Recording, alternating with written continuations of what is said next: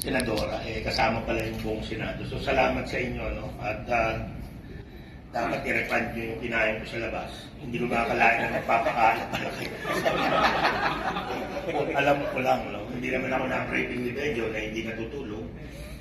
Kumain kami ng ating segment doon sa harap. So salamat po sa mainit na pagtanggap at sa agahan at sa...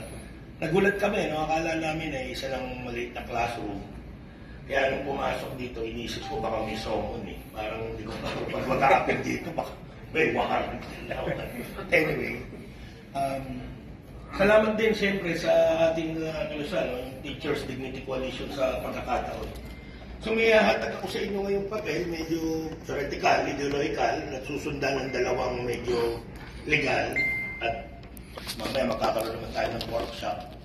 Pwede nyo namang kunin ang ilang magugustuhan nyo at ibasura nyo lahat kung gusto nyo rin. Ako naman parang source person lang naman ako dito. So ang titulo po ay Politics and Economy on Wage, Slavery, Exploitation, Dehumanization, and Alienation. Kanina may pag-uusap kami ni Atty. Richie. Siyempre, attorney siya, no? Pagkatanggol niya ang batas. Eh ako naman, nag-aral din naman ng batas. Hindi nga lang pumasa. But anyway, dahil ang usapin dyan ay wage, siyempre makikita nyo yung usapin ng wage sa Presidential Decree 442, otherwise known as the Labor Code of the Philippines. Checkin nyo po yung Article 97. At basahin natin, no? Dahil nandito yung pinakadiwa ng pag-uusapan natin ngayon.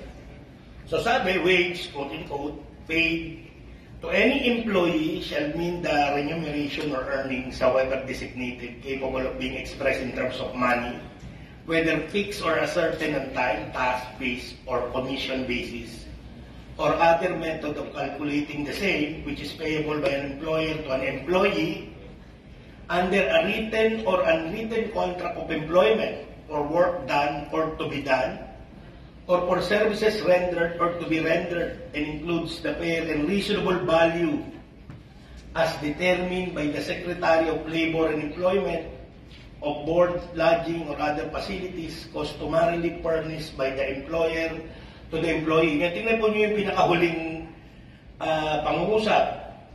Material po yun. Fair and reasonable value shall not include any profit to the employer or to any person affiliated with the employer. So mamaya makikita nyo dyan, yan ang batas ng Republika na tinatawag kong Barangay Pinas. No? Yan ang batas. At ang pag-uusapan natin ay wage. So yan po.